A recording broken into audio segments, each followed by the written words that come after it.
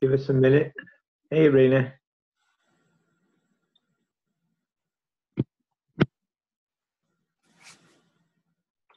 Keep getting bounced off of here. So welcome, everybody. This is Dave Miller. You are finding me from my head angle looks weird. It's because the camera is easier to the side in case I need to get on the board, which is my computer. But it's a lot easier.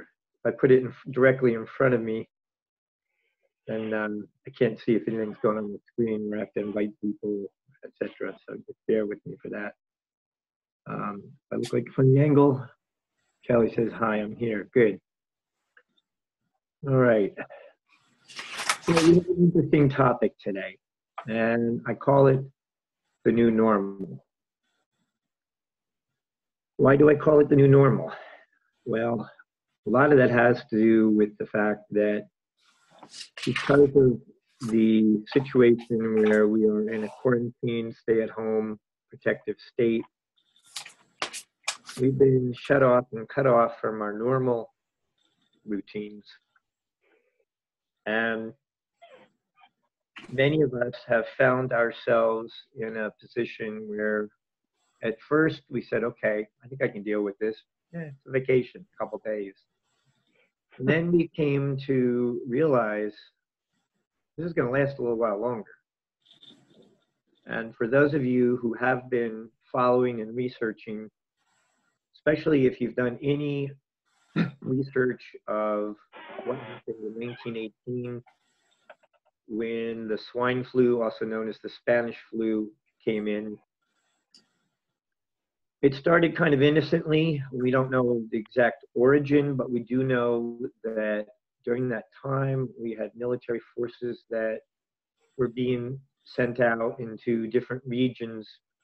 And because it was already there was an awareness that this could become, it was something we had never seen before. It spread quickly and decisions had to be made. And one of the generals pulled back his troops, and another general released his troops to different stations. The one that released to the different stations, not only did they get sick with the high incidence of death, but each port that they went to became a new flashpoint to spread the virus. So if you think of this as a good analogy, if somebody throws a cigarette or a match or something into a forest and it catches a fire, it can spread everything around it if the conditions are right.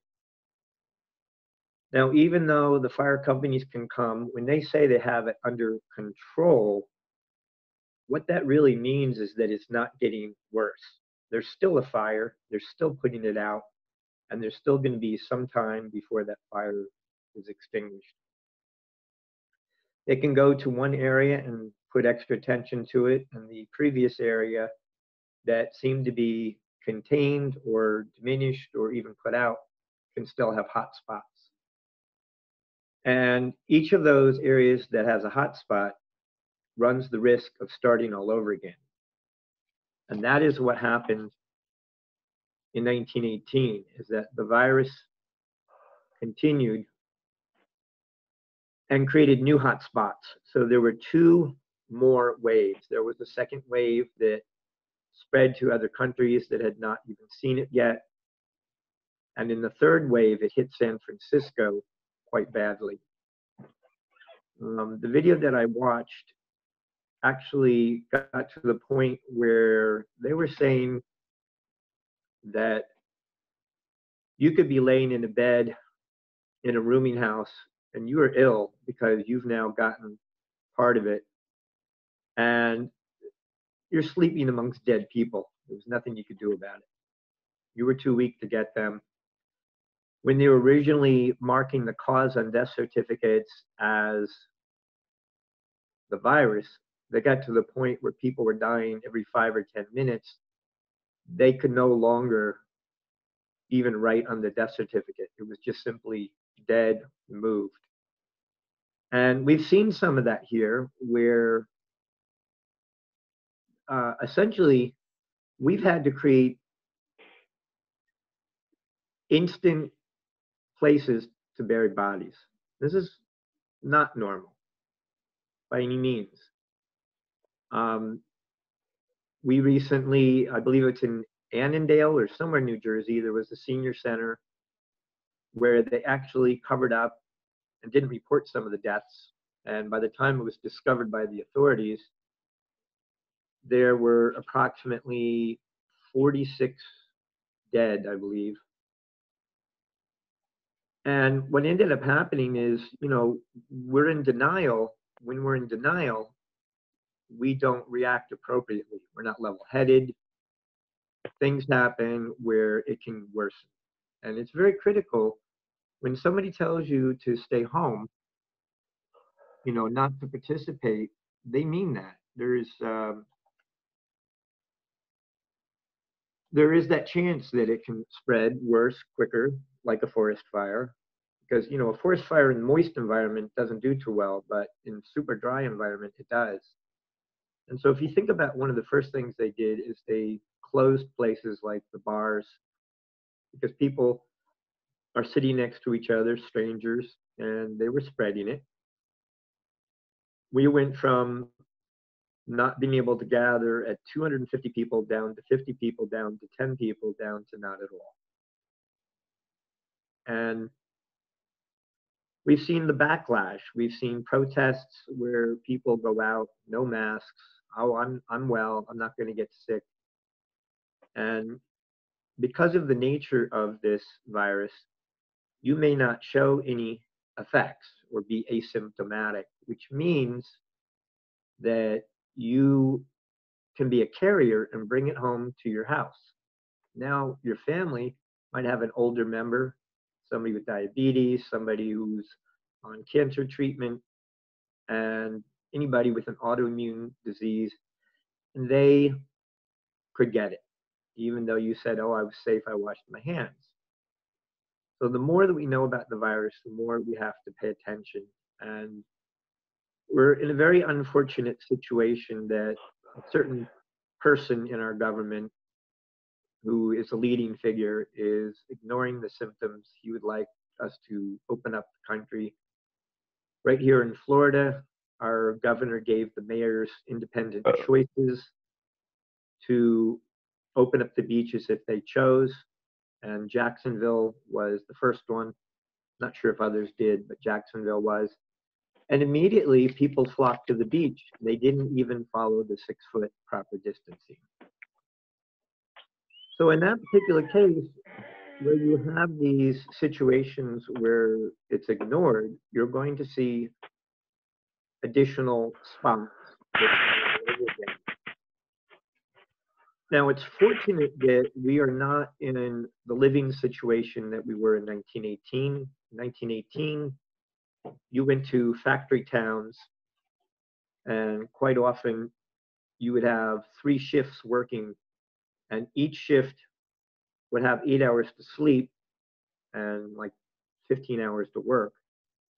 And so they would have these living situations where people would sleep in shifts. So one bed was in constant use. Every 8 hours, someone woke up, another person went to sleep in the same bed. So, I mean, imagine if there were bed bugs. Bed bugs hurt you. They mess with your skin, or lice mess with your hair. But we're talking something that, in the case of the virus in 1918, caused you to bleed, caused you to have, pustules. I mean, really gross. And it just spread because at that time we weren't as medically aware as we are now. Very fortunate that with microbiology, we've got doctors who can, within days after we were told about the virus, who knows how long the government knew about it before they shared it. So during those times, now we're aware of it, but we can show what it looks like under a microscope. We can show how it works.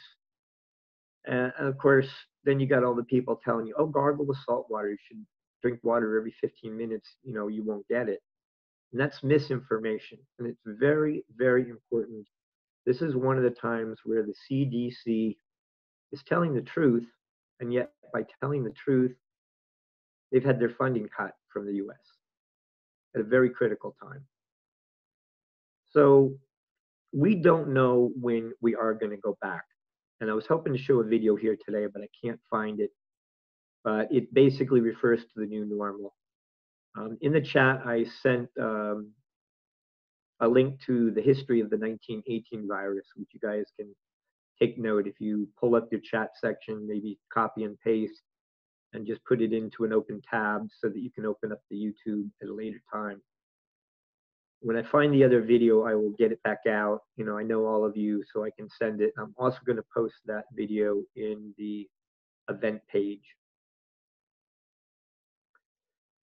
So let's imagine what it's going to be like, say, in September.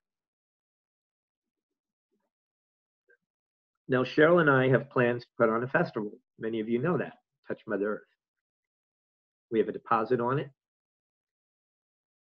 When we first came down here, I booked a bunch of gigs for senior citizen homes and had gigs booked back when I came back in May.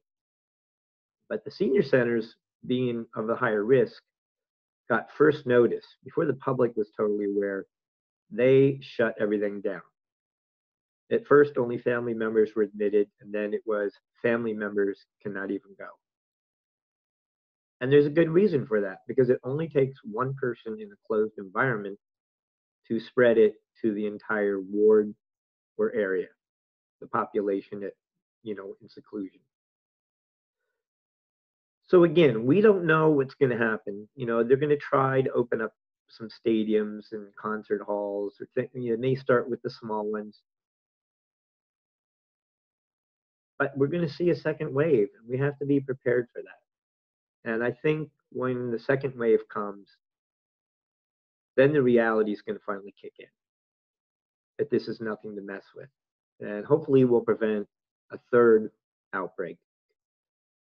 But even now, in the latest reports, you could be tested positive, have it, be 4 to 6 weeks afterwards, and your antibodies have shown that they're working, but they're now discovering that you might actually be able to get it a second time.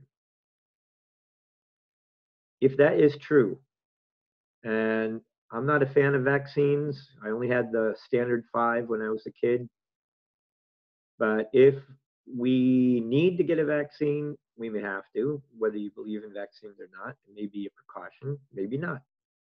There may be other ways to get around it. But we have to be cautious. We've got people telling you gargle with Clorox. Come on.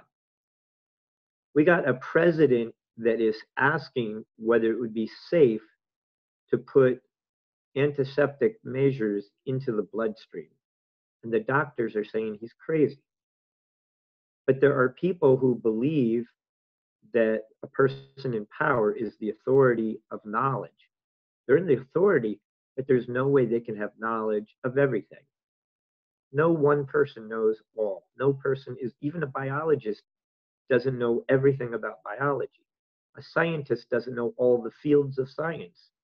So an individual, if they specialize, will be really good at their specialty, and that's where it ends. They may know a little bit of each, but you have to defer to those who practice it as a science, or if it's a musician, practice it in music, and respect the decisions out there and not get caught up in the hoopla. So going back to what is the new normal going to look like? We could find ourselves in a position where we have events where we have to go wearing masks. We have to practice the 6-foot distancing, but we could have the events. That could be the new normal. That is one possibility. We also have to be prepared. And an example that happened in 1918 was the farmers were dying and there was no one to harvest the food. So the food was rotting on the vine. What food did get to the storage houses, the people that worked at the storage houses were dying and the food was rotting in the storage houses. And the people that were transporting from the farm to the storage houses or the storage houses to the stores might have been infected, and they were passing it on to the workers who were working overtime and diligently to make sure we had food to us. So when you see no food in the food store, it's not solely because people are hoarding food. It's because the food may be there, but it just can't get to us. So one of the things we have to be prepared for in the new normal is some self-sufficiency. So that's one of the topics that I'd like us to talk about. Now, not everybody has a garden in their backyard. And even if you have a wonderful garden and loads of harvest, it may only be good for 6 months out of the year. You know, you have to start the plants. It takes a while for them to mature. You may have too many of anything and not be able to harvest and use it all. You can give it away to other people, which is great. One of the best things we can do is to plant a garden and plant what they call a row for the homeless. And you can take the excess that you have, like I have done in the past, and bring it to a local food shelter. Food shelters right now are running out of food. And it's not even the garden season in the East Coast, unless you're down in Florida or Georgia or anywhere in the southern parts. The northern parts, they've still got snow. In Ithaca this Friday, it was snowing while we were watching a live concert. So we can garden indoors. We had a workshop yesterday on indoor gardening where you can sprout. And many people go to a store, they may buy sprouts. You'll see there's alfalfa, there's spinach, there's mung bean. But almost any seed that can be sprouted can be eaten. And all the vital nutrients that are needed to turn that plant. Welcome, Vicky. I'm glad you made it. So all of the, well, so Santa's here. You want to share a little bit about what your workshop was in a nutshell? Yeah. Well, humans do not like sprouts so much, but it is delicious and fresh and good to grow sprouts. That's what I showed everybody how we do it here. And we live in Salt Point, New York. We have a school here and called Earth School. So I just showed people the method of growing sprouts, which you can do inside on your windowsill, and the seeds that you sprout, many of the seeds even can be from the health food store, like lentils or something like that. And you get the benefit of the lentil, but you also get the vitality of the living plant when you grow it into sprouts using soil. And you can also do it in a jar. Many people know how to do that. Just soak the seeds and rinse them a couple times. Soak them for like half a day and then rinse them twice a day, morning and night. And you'll get delicious sprouts. They're really wonderful. I can't say the whole workshop in this short time, but here we are. No, you said a good amount. Now, you recorded your video. Would that be something that we can put on our Touch Mother Earth website when it's at some point? Yeah, maybe sometime later. We'll talk about it after. Sure. Sure. Yeah. So one of the things when Cheryl and I talked about doing this festival, the first part was because we didn't know if we were going to do one in September. But the other was we could feel that people were hurting. We could feel that people were scared. They didn't know who to turn to for the appropriate answers. And having that, when you have stress, one of the first things that helps you with stress is getting a hug, some kind of touch, some kind of physical contact, even hearing the voice or seeing the person in life. All those things have been taken away from us right now. Now, for those who don't believe in digital technology, I still have a record collection of 1,200 albums. But if you embrace the digital technology, we can actually say kudos to Facebook for keeping us all together, and Zoom as well. Not only can we keep the feeling, you have the internal in your heart of who that person is. And if you just use a phone, you can hear the intonation of their voice. You know if they're okay. You know if they're sad. You know if they're stressed. It all comes out in the voice. The voice, each person's individual voice is your signature. It is a frequency that changes as you speak. You go up and you go down. You're happy, you're sad. Your voice will tell somebody. And so a phone was our first way of being able to keep in touch with loved ones whom we didn't live with. Then came the option of video. Now, if you think about television, television gave us some sense of someone else's life. A classic example would be I Love Lucy. You turn on the set every week to see what the latest antics were to the family. And you really brought them into your living room. How many people remember the Waldens? Raise your hand if you do. The Waldens, you were actually feeling like you were in that family's house. John Boy, good night, John. Everybody said good night. And then this newest wave, which is very odd, of course, is Vicky says yes. Then came reality TV. Now, reality TV is kind of odd because they make it feel like it's normal. They give you the sense that you're watching stuff in real time. But of course, it is heavily edited. And there is a program, I'm not sure what channel it's on, it's called Unreal. And basically, they show you what the producers do when they go up to each person and they essentially gossip and tell them, oh, so and so likes you. I think he's going to pick you for a date tonight, whatnot. And then they set you off in a chain reaction because that's what they want. It makes for good television. They want to create arguments. They want to have strife and all of that. But the average person out there, I wouldn't say the average person, a good chunk of people out there think that is real life. The Sopranos was real life. The Bachelor is real life. Well, yeah, in a certain aspect, it is. People do get married, 90 Day Fiance and Married at First Sight and all these programs. They are real. And the funniest thing, because we've been observing, we don't watch a lot of TV, but we do have a couple of shows we like to watch.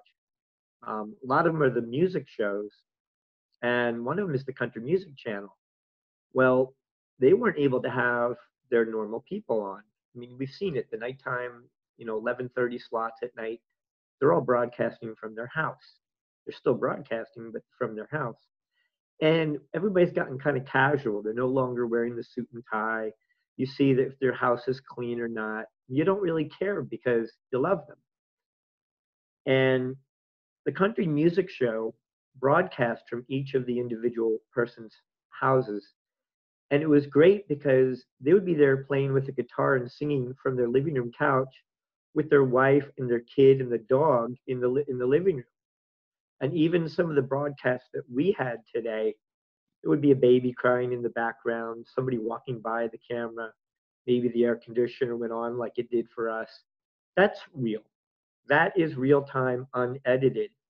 And so, in us bringing together this festival, we started by asking all the people that we knew had some talent if they wanted to offer a workshop, whether it be playing some music live, doing some qigong or tai chi or yoga, or having a topic that they wanted to talk about. It could be art, it could be a children's program. And everybody has been working at our festival said, absolutely, I'm feeling the need. I need to show my talent. I need an audience. So even though it's virtual, trust me, the folks that have been giving away this whole weekend have been reading all the comments that everybody puts on the live videos and in the Zoom boxes. And they call me, and we've gotten testimonials. I'm getting choked up here.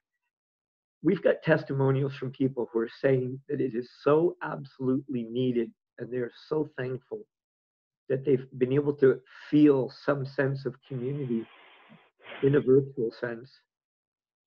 And we've also had people who have stepped up to the plate who have not ever taken on going live before or giving any kind of presentation. Now, Tom, let's take a moment. You did archery today. Can you share what your experience was like and what happened? Mhm. Let's see if you're on mute. We have to mute you, unmute you.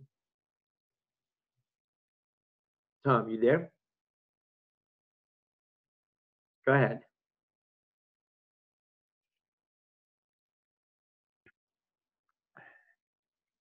Yeah, yeah, that was, you know, that was a different topic than most of the usual ones, and yeah, there were quite a few, you know, and it was my first time going live, so you know, that was different. I stumbled here and there, but still, it was you know, it was an engaging experience that made you feel like you.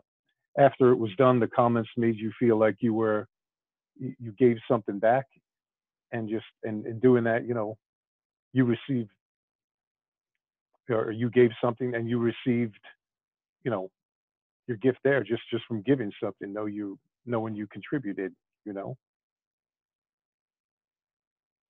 Now, you're a musician. You've played in bands, so you've played live before. How different was it from that? Well, yeah, when if you're not the front man, you know, you're in the back. You're the drummer. That it's the front man who grabs up all that, you know, stage presence. So they get used to it, and it's very different. Yeah. Totally agreed. I mean, not all of us are teachers every day where we're in front of students. Excuse me, I got a cough. I remember my mom died on a Saturday, and I had to go back to school on that Monday. And, you know, first thing I did is I shared with my students. I said, look, I lost my mom over the weekend. Fortunately, my boss knew about it and he had already shared with the students. But instead of, you know, wearing a plastic face and pretending like nothing happened, I'm a real teacher. I'm a human being. We want to share our experience. You know, I share my family, my love, my experiences with them because to them, it's real. You know, I'm still a teacher. I'm still the one they go to for answers. And if I don't know the answer, I make sure to tell them I don't know, but I'll get that answer for you and I'll report back. I don't try to fabricate an answer on the spot. And boy, all this talking today, but giving everybody that opportunity. One of the amazing things was when we first started planning for this festival, we figured we'd have one event per hour, but we realized somebody only maybe needed 20 minutes or 30 minutes, and we started getting in more and more people. So we opened it up on the half hour slot, and there is no way that we would have imagined 163 people sign up. We did not imagine that we'd have live music from Japan and from Australia. We did not imagine that last night somebody would be tuning in from Hawaii while somebody else was tuning in from Colorado. We, because of digital age, we have been able to embrace ourselves around the world in an instant. And the first time I can say that I actually thought and felt what that instant was 9/11. Every single country knew that within hours. You know, it showed up on their newscast. There were people praying, mourning, crying, putting up American flags in almost every country in the world. And yet that didn't bring the world together as a whole. And I think one of the reasons is because a lot of people knew that there was some covert action going on. We're not going to get into that here. But there were certainly doubts of who knew and who didn't know. And while it was devastating, it was an isolated incident, well, with the exception that there was the Pentagon, the other plane that went down. But given that situation, somebody in China didn't feel affected, or somebody in Australia didn't feel affected the way the closer you were to New York felt affected. Now imagine right now, New York is one of the hot spots, and there's a good chance, a high likely chance, that New Jersey is going to become the next hot spot. So for those of you who do have to be out and work, I do ask you guys to be careful, because it doesn't mean now that you stop washing your hands or practicing any kind of safe distancing, etc. Especially if you're going into areas where there is, an elder population or anyone that could be more susceptible. We follow all the rigorous rules. We get our mail, we sit it in a box, and we look at it 2 days later. We get a delivery of food or the microphones and stuff that we've been getting delivered from Amazon. We open up the box, we leave it out, we bring the products in, everything gets wiped down. If we don't need it that day, we leave it. We go to the store, we wipe down everything. If it's refrigerated, it goes in the refrigerator. If it's not refrigerated, it stays out in the porch for a day or two. We are not taking chances. And it's not because we're totally worried about ourselves getting ill. We're worried about others, that if we go out. And we've only been outside of this house 3 times in 6 weeks, twice for Costco, and once I went to go get a pizza. Running this festival was too much and they couldn't deliver. But of course we wiped down the pizza box, and I had to wear a mask and wash my hands, because we don't want to be the ones carrying it innocently to someone else. We don't keep ourselves in good check, we are going to find second wave. And again, I don't want to be a downer on this, because that's not the only topic that I wanted to talk about.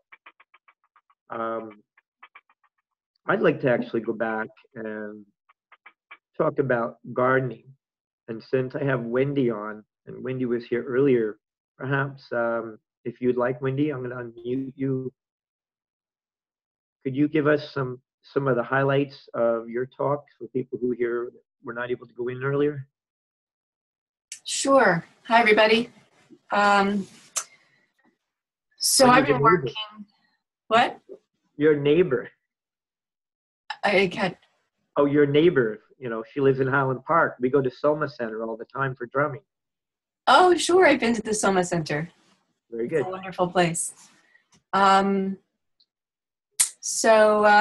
I'm in New Jersey, and I'm an educator and a writer. About the past year, I've been working on a community gardening initiative with the idea that I thought this would be a very good thing to bring to our community. We don't have a community garden. We're a pretty eco-minded, green, eco-conscious, progressive town, yet, and to me, this was something that was missing and we really needed.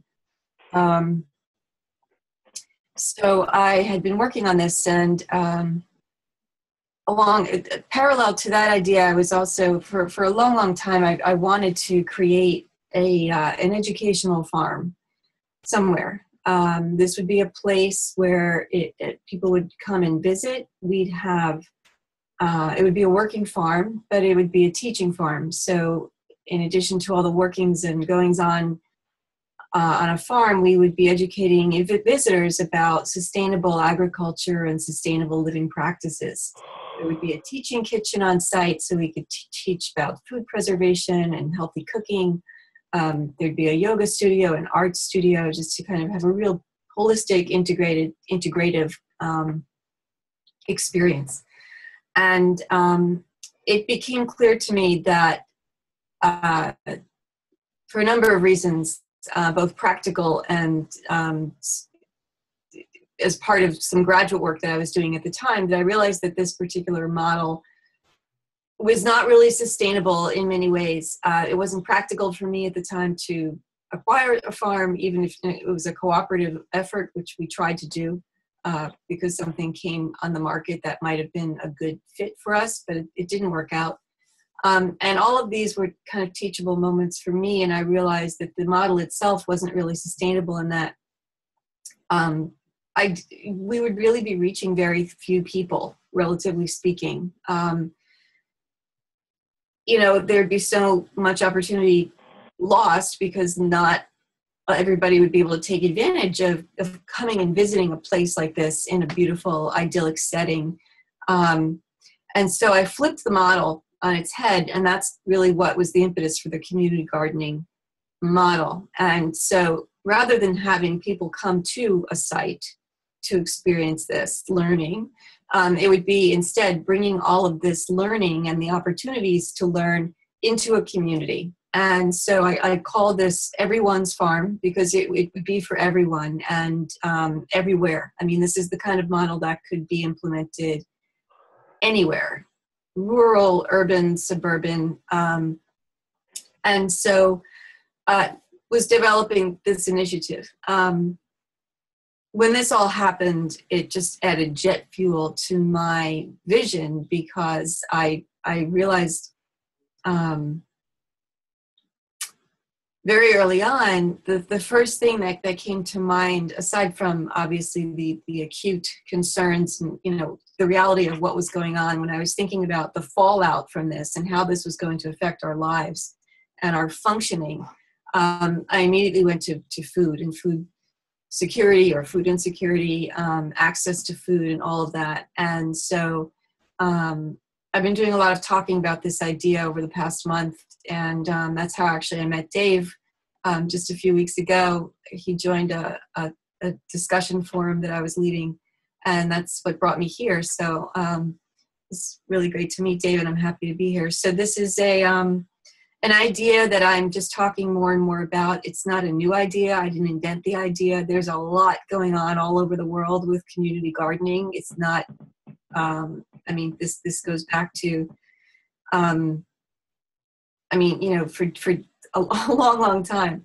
And of course, now the idea of victory gardens is also circling back. When all this happened, that was when I was thinking about the food issue, that also came to mind. And I said, oh my goodness, we should be bringing back victory gardens. And then you started seeing a lot of press on it. And now, Miracle Grow has commercials for victory gardens. And this is something everybody is really tuning into, on a widespread basis. And there's also a national, it's actually international, a community garden commission. It's a cooperative that I'm now part of, and we have weekly calls, and it's basically connecting everybody across the US and really Canada. I don't know if there's been anybody beyond the North American continent on this call, but certainly the work is spreading, and it's everybody doing this, this same idea of creating community gardens, because something that is coming out of this, and I think people's awareness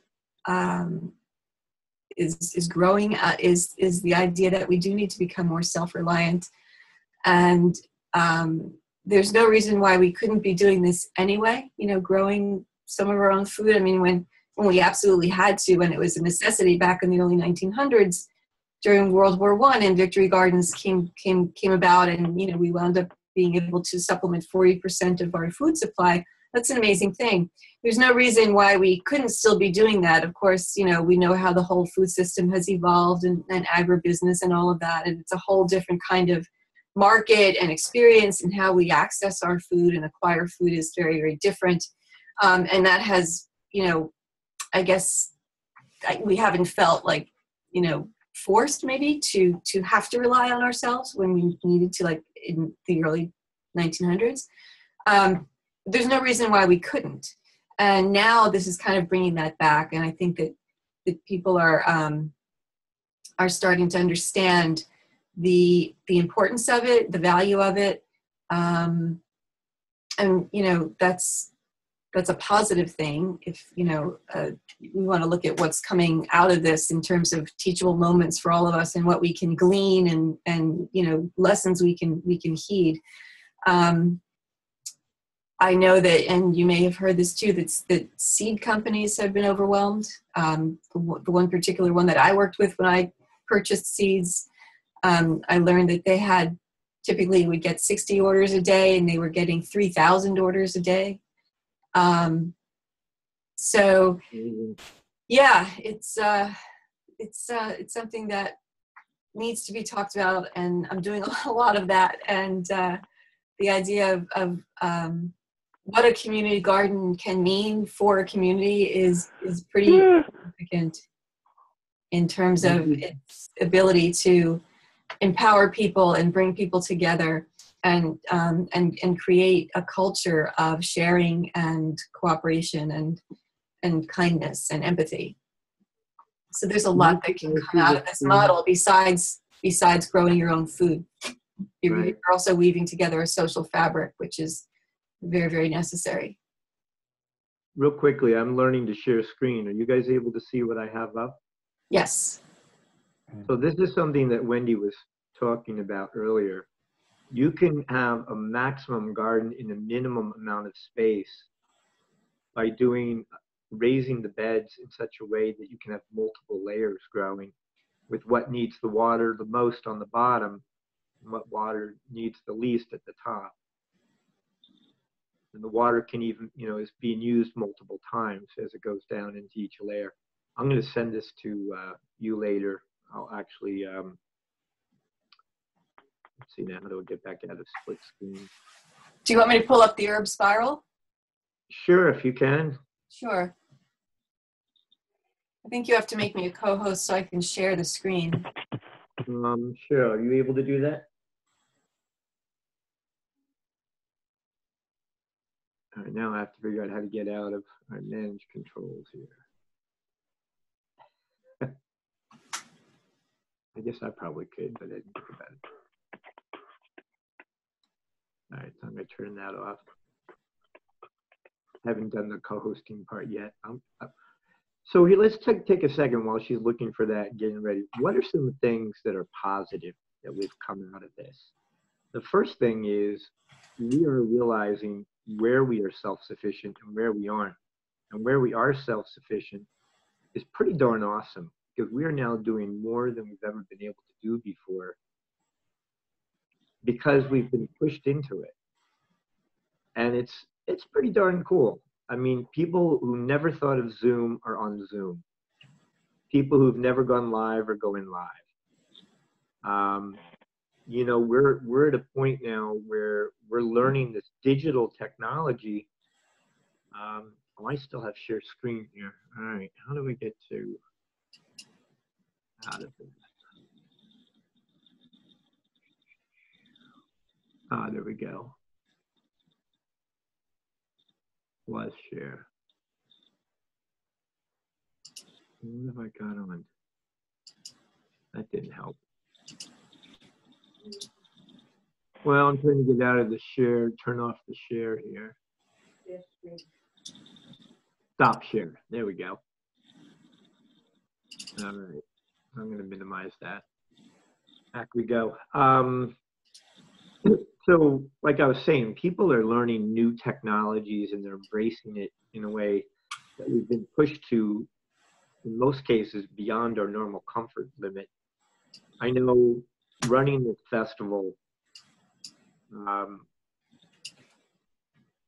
we went from seeing other people going live and saying, well, why can't we just ask people to go live? If they already know how to do it, we don't have to teach those who are already doing it. They're the perfect people to share their love, their knowledge, because they've already mastered some of the technology. Then came getting the website up and running, and Cheryl is a wonderful webmaster. She's gotten everything up in real time. We get notified that a link is broken, and we have to research why it's broken. In some cases, it's broken because they changed the name of their workshop, and the name that it was attached to no longer works. So we have to get the new name and put it in there. Or we had somebody who recently decided on their own to make a time change. Well, they're wondering why they didn't see their event. Well, you tried to fit into someone else's slot. It's already booked. So we had to explain to them why nobody came to their event. They were no longer on the schedule. Sorry, you didn't talk to us first. But in real time, we have had everything from our personal friends saying, I don't see it. I can't get in the room. I don't know how to use Zoom. I don't. And we've been holding everybody's hand gently, one by one, some cases with a little curse under our breath. But, you know, we understand that we're all pushing our envelope to learn this new thing. But the good thing is, those who have gone live for the first time or taught on Zoom for the first time have come back and said to us, that wasn't so bad. I actually could do that again. I think I will do that again.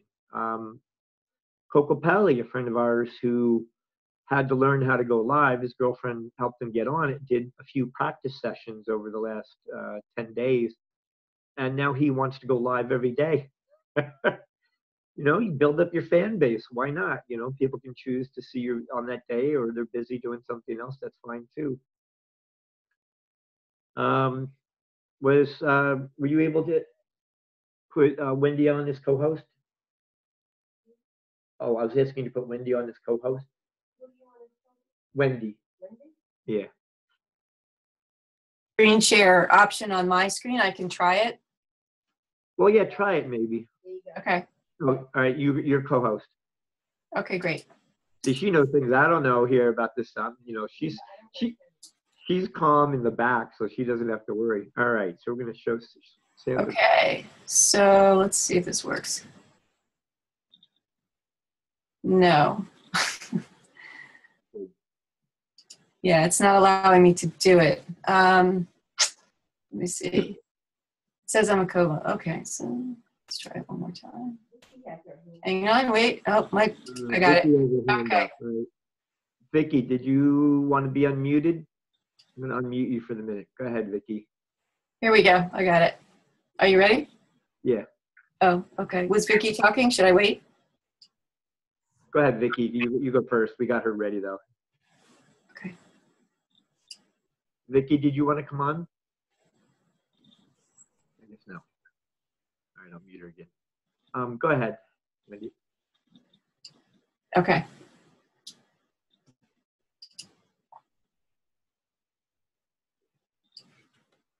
And if you see a blank look in somebody's eyes, it's because they're at the control board. Okay. So, so I used to direct a nature program up in New York State over the summers, and we started a farm program. And this is something called, it's a permaculture design called an herb spiral that I built with my 6th graders. And I love this little garden because I nicknamed it the Smart Garden. It's about 2 meters in diameter, about 1 meter high, and it's designed to use both space and water very efficiently. So in this little space, we have 24 plants growing, and it's built in a mound similar to the other designs that Dave showed, though they had a built structure around it, to allow for gravity to water the plants according to what their needs are. So the plants that need the least amount of water are planted there at the top, and the plants that need the most amount are planted towards the bottom. So as you water it, and as the water drains, the plants that need more water are getting it, and through the simple means of gravity. So it's employing naturally occurring systems to our advantage so that we can maximize our resources most efficiently. And so the kids built this. We built this together. We created that spiral pathway with the rocks, and everybody planted. And I'll show you what it looked like at the end of the summer, 7 weeks later. It was an amazing thing. No, you got to do the share screen again with the new slide. Yeah, coming back. Okay.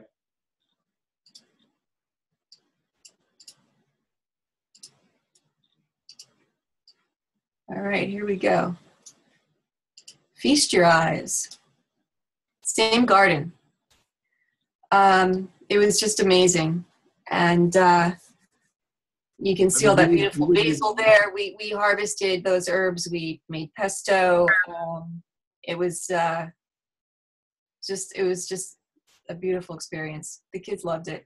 I mean, it's pretty, it's functional, it's efficient.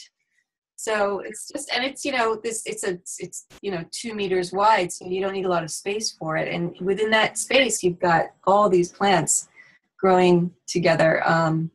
That's a lot of basil pesto over in That the. was a lot of basil. Yeah, we had some good pesto out of that. So there Did you the go. kids So that's, learn how the flowers bring in the pollinators and the beneficials? yeah, and so these were, the marigolds and the, well, this was only herbs here, but we had, right, the pollinators and then the natural, I'm blanking on the term, the biocompatibility with the plants that kept certain bugs away and attracted other bugs that were beneficial. And, there's a lot to this little garden. Companion planting. What? Companion planting. Thank you. That's the term. Right. Okay. Are we off share screen? I can't see what I did. Yeah, we're back. We're back Okay. to time. All right. Now, I know we haven't had a chance to hear from others, so let me jump over here. Whoop, that's not what I want to do. What the hell's going on? We're good. We're back to everybody individually. Raina is here. I'm gonna unmute her for a second, and if she wants to speak, fine. If you don't want to speak, I'll mute you again. She's locked. She's locked this out. I'm here. Hey there. Hey. So you want to give us some takeaways from what you were talking about, and also how you're feeling about the festival itself? Well, this festival, I feel like it literally saved my life. I was kind of on the brink of spiraling into a depression because I'm prone to that. So this really helped me pull myself up out of that to connect with others, because it's like the lack of connection. I don't remember the last time I had a hug. So, I'm just really feeling the isolation and the disconnection. So this really was like a lifesaver on 1,000 different. Oop, your screen froze. She'll come back, I'm sure. Maybe her connection. Raina, you may have to play with your phone. It's like if somebody just texted you or something, it might have frozen your phone. I've noticed that happen. I'm not sure how we can get rid of notifications, and a couple times here people have, we're back. Can you hear me? Yeah, you're back. Okay. Where did I leave off on? Well, you were just starting to talk about, first of all, we heard you say about how this is giving you some sense of connection to give you some sanity. Now right before we did this festival, about 10 days before, you hosted a mini Zoom meeting that prompted us to talk about having a virtual dinner together. Oh, she froze again. I'll have to figure out why she did it. Well, I'll share this part while she's trying to come back on. She invited a group of us to have a virtual talk. And there were how many were at your virtual, not the one you did here, but how many came? Oh, that one, that was probably 9, 10 people. I think, about 12 total, because people were coming in and out. Right, your sister was on that, and Kelly was on it, and we were on it. Carla, you, Tom. Yeah. One of the takeaways that we got from that was we talked about actually having a virtual dinner. We could have a virtual dinner every week. Kelly and I were just talking about how after the festival is over, we're going to plan a dinner, a virtual dinner party for everybody. We'll send out invites. There you go. I mean, you can sit in your own house, share a meal, keep the conversation, and it would be one way of us feeling like we're still connected.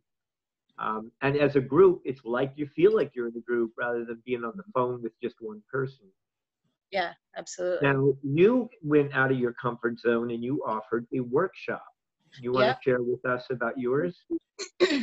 So the workshop was on, the difference between a psychosis and spiritual awakening, and just talking about the fine line between the two. and like sharing a little bit about my spiritual practice with my sister and things like that. It was my first time offering something like that. But the thing is that I've been talking to Carla for about a year because I've been wanting to do something like that, like hold a group like that. And I just never had the cojones to do it because I was like, who's going to show up? Oh my God. I don't know if people are interested in that kind of stuff. So I figured this was a perfect opportunity to test the waters. I feel like this, how we're all working online now, is offering everybody an opportunity to feel out your niche. If you want to do groups, if you want to offer ceremonies, if you want to, whatever you want to do, but you just never had the cojones to do, I feel like this is like a good jumping off point to do it and try it and experiment and feel it out and see what it's like. So everybody's having their soapbox. They can talk about the topic they want, and those who choose can tune in. And if you do it live, you see by the comments and the number of how many people go in live. I mean, when we drummed earlier today at 3, there were 479 viewers. And something like 10 shares. It was being shared to other drum groups in real time.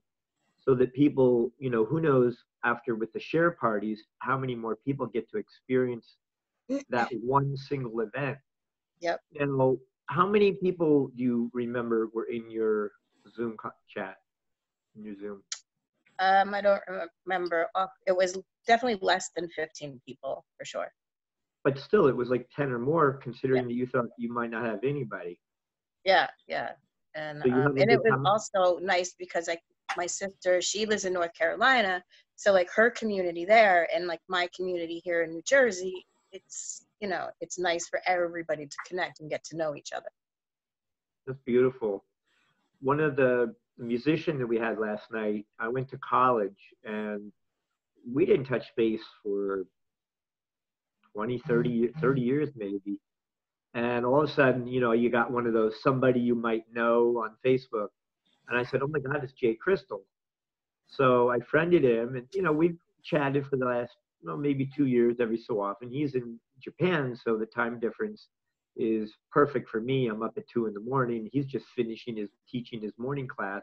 We both teach English as a second language. So we bonded, but I also remember him from being in a band in the 80s.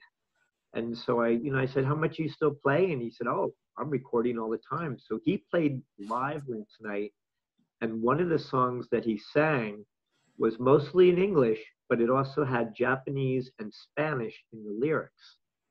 So imagine now, you might not understand all the song, but you could feel the other parts. And he could share it with 3 different audiences because of the 3 languages. So these are the kind of new normals. Being able to reach out in Zoom, we've already been connecting. Facebook kind of was the training ground for us. I have 2,600 friends on Facebook. Now, I would guess that I really, really only know about 500 of them, which is still a lot. That's a huge amount, but because some of them are my students, some of them are my high school classmates, some of them are friends as a music producer and then as a festival producer. And then sometimes you see them at a festival and you friend them and then you forget who they are until the next year you see them at another festival. And then you remember who they are and then you start looking at their page and following who they are.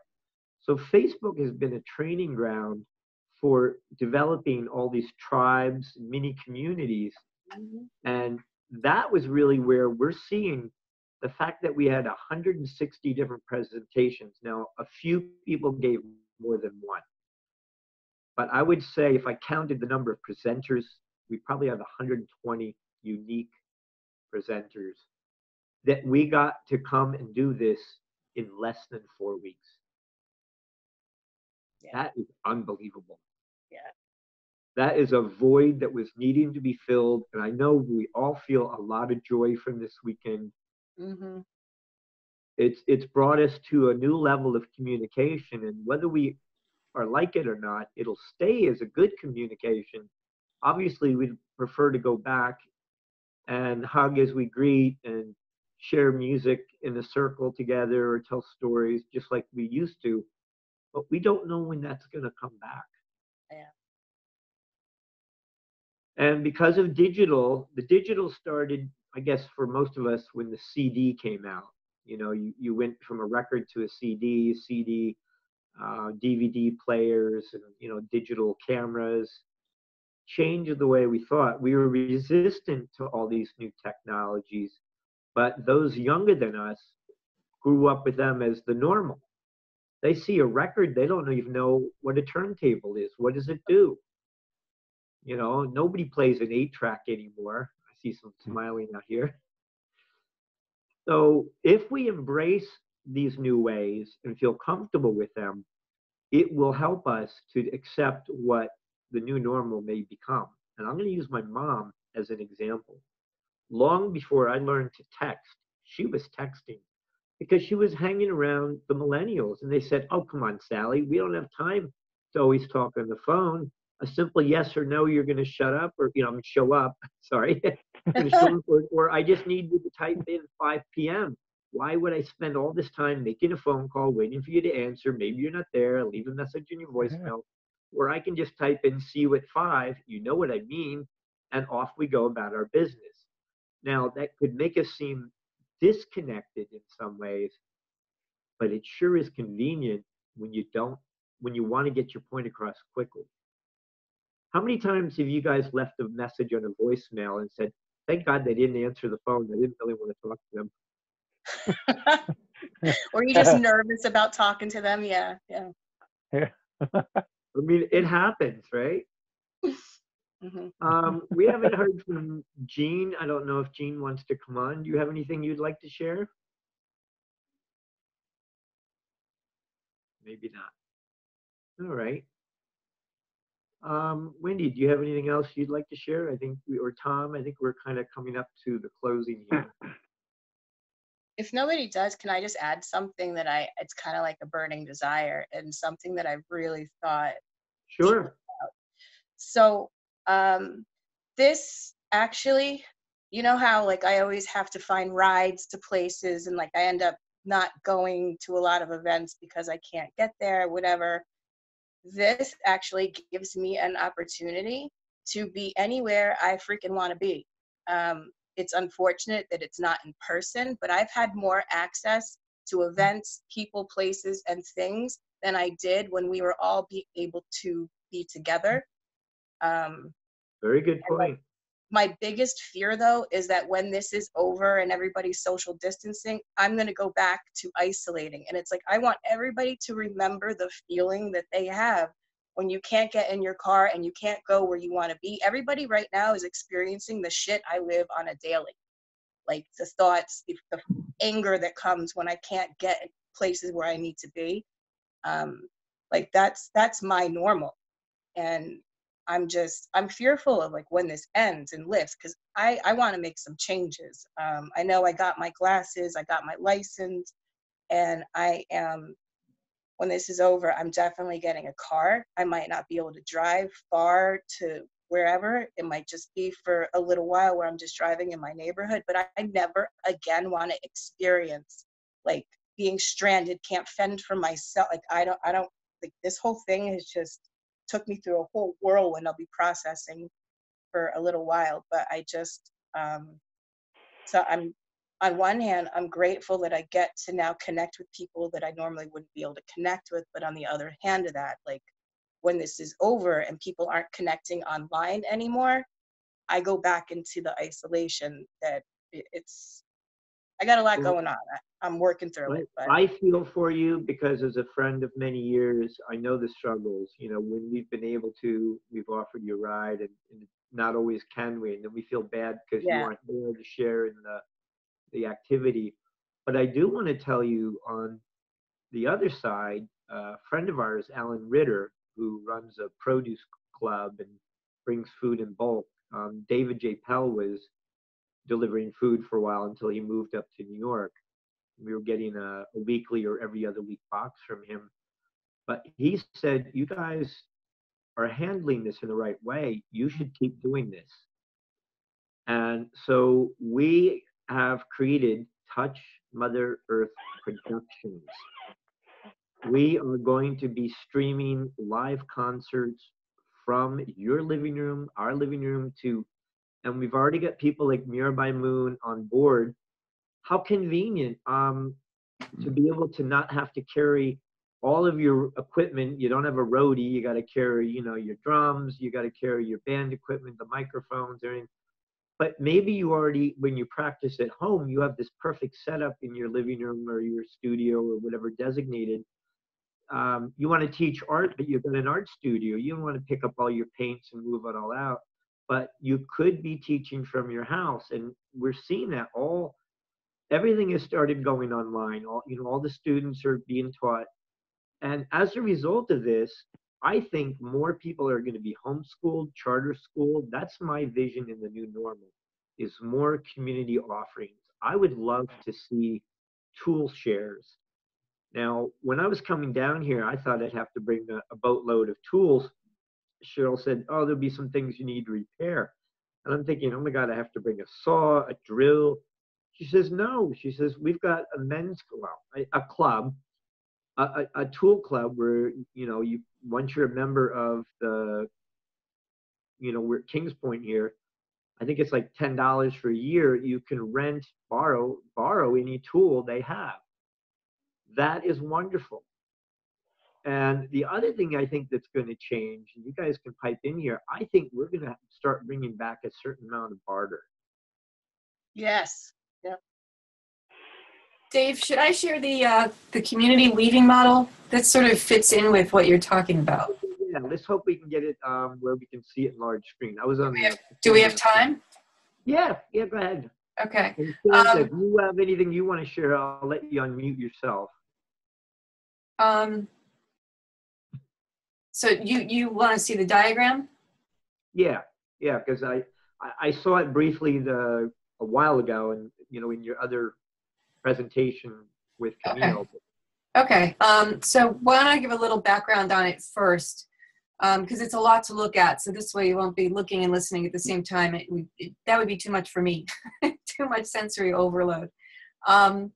So in this the same grad course that I took last year, where I taught, which enabled me to rethink the model for this farm. The name of the course was called Sustainable Leadership, and it was all about how to lead sustainably, but also how to teach how to lead sustainably, but also how to be how to teach about sustainability. Sorry, that was a mouthful.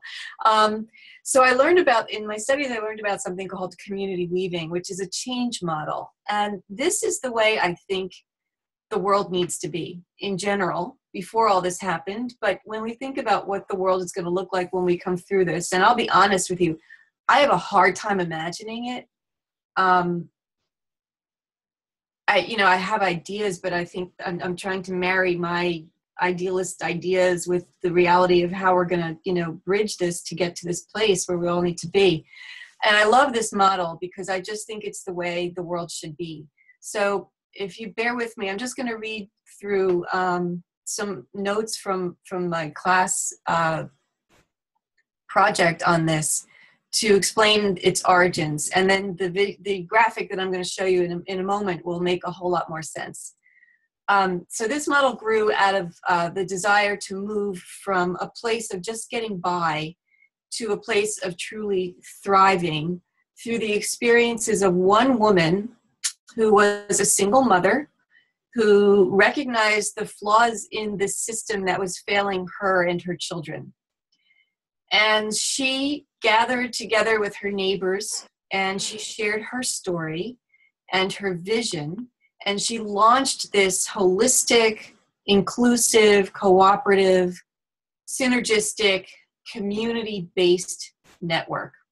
And its purpose is to acknowledge that we are all in this together and that we need to share our knowledge and our skills and our resources and our tools with the goal of supporting one another so that we can all thrive, both individually and as a human neighborhood. So this group formed as a result of parents and neighbors coming together, and they met regularly, and they shared their stories, and they pooled all their resources while they identified topics that were affecting their lives. And we can all relate to this, think about things moments when we felt a certain need and wished we had something to meet that need when we didn't. So this led to the participants acquiring new skills, learning about local resources that could provide support, and they took on projects that made improvements to their community. Each participant was a valued member who made their own unique contribution. Over time, the group grew, others were referred to the group, and they, over time, wanted to provide more intensive support in one-on-one settings, so they created a network of something they called family advocates, and these were specially trained and qualified people to serve in this capacity. Foundational to its mission and vision was the cultivation of diverse and meaningful relationships, and participation was free, open to everyone, and the key to how this really worked could be summed up in one word, which is sharing. Which included, but was not limited to, interests, stories, skills, experience, tools, technology, childcare, clothing, furniture, community garden space, you name it. So the model drew everyone in, and it helped people to find purpose and foster a sense of belonging, which is so key. It's something we all need. It's foundational to our identity and sense of worth. And so community weaving is really, it's an inherently sustainable idea, and it's really, again, a model for, I feel, how the world should be. So that kind of sums it up. And I'll share with you the graphic that I'm pulling up here that I created to illustrate this. Bear with me. When was this formed? When did this first start? I'm sorry, can you repeat that? I didn't hear. When did this cooperative sense first that you were working with first start? Oh, good question. Less than 5 years? More than a year? Oh, more than this goes way back. Gotta look it up.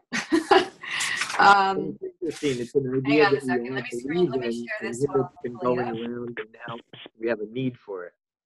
Okay, can you guys see this? This is much better than I was looking on the phone. Yeah. Yeah. Okay, so this is based off of the Web of Life activity, which you may have heard of. When I taught elementary school, and then when I also taught at camps, I used this all the time. And so the Web of Life activity involved having the kids sit in a circle. Everybody had an index card with something on it, whether it was something from the natural world, whether it was an animal or a plant or an element like sun, earth, air, water. And we would pass the ball of yarn around to each entity in this web that needed each other. So if somebody who had fish would pass it to the person holding water, and then somebody, the horse obviously needs water, so they would pass it to the horse.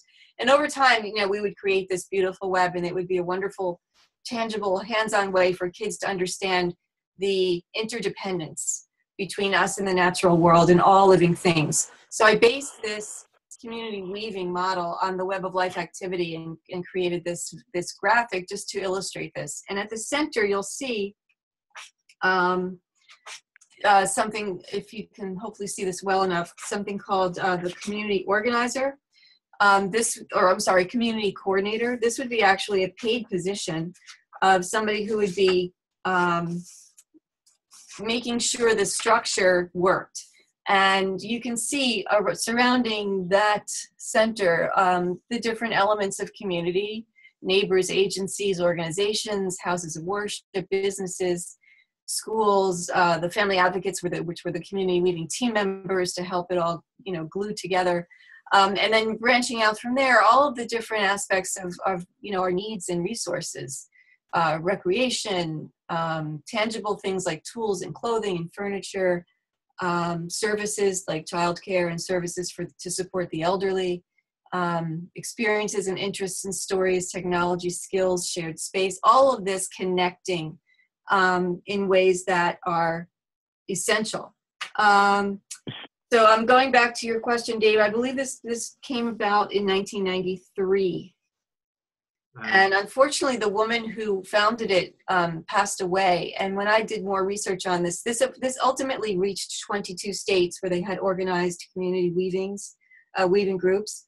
But unfortunately, it hasn't really remained in operation, which is really too bad. So I'd love to see it come back.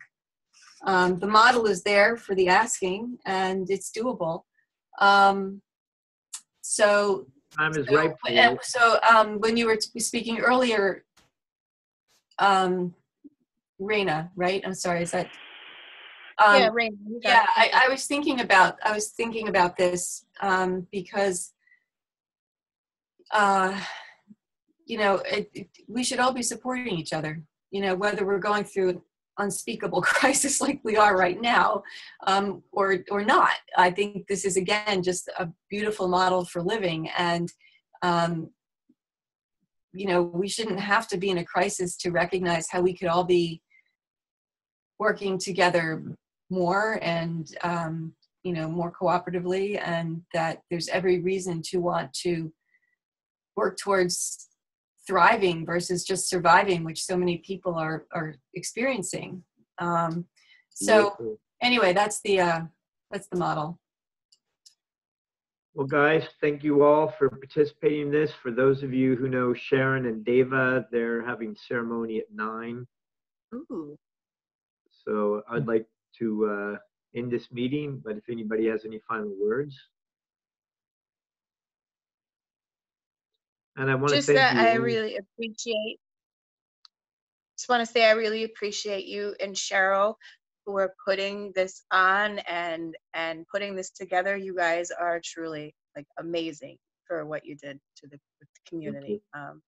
You are definitely the Pied Piper of all generations, bringing people together. And I love you guys very much. I appreciate you. I second that. Second that. Yes. Kudos to you and Cheryl. Definitely. Well, I'll tell you, having a team member, the two of us do more than each of us individually could ever do together. It's just, we live, enjoy every day. And I'm really glad that we took this idea and didn't throw it away, put it in a box, because we've now seen, we have maybe 4 or 5 more presentations, 6 more, I think at the most. So we've been through over 150, and the ripple effect will last way beyond midnight tonight. We now have new community members and new tribes, and that's how I envision the new normal, is that we can always reach out digitally, even if we can't meet in person. We can still get answers to our questions. We can still get support when we're feeling down. We can find those answers. So thank you all for being a part of this. Thank you very much. Thank you. Thank you. Thank you so much. Thank you, everybody. Bye-bye. Take good care. Be well. Be well. Take care.